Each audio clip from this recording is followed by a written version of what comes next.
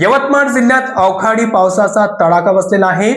यवतमाळ जिल्ह्यातील उमरखेड व राळेगाव तालुक्यात अवकाळी पावसाने मोठा फटका दिला आहे. फेब्रुवारी महिन्यातच झालेल्या या अवकाळी पावसामुळे शेतकऱ्यांचे मोठ्या प्रमाणात नुकसान झाले असून गेल्या रात्री आणि आज सकाळी झालेल्या जोरदार पावसाने शेती पिकांना जबर धक्का बसला आहे.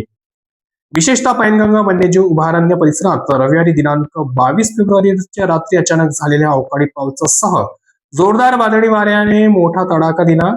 घामापूर, कुर्डे, नारळे, कोरडा, दराती आदी गावांमध्ये शेती पिकांचे मोठ्या प्रमाणात नुकसान झाले.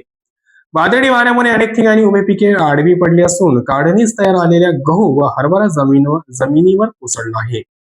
अचानक झालेल्या पावसामुळे शेतात पाणी साचले असून गहू, हरभरा, ज्वारी, मका तसेच फळबाग व भाजीपाला पिकांचीही गुणवत्ता घसरलेली आहे.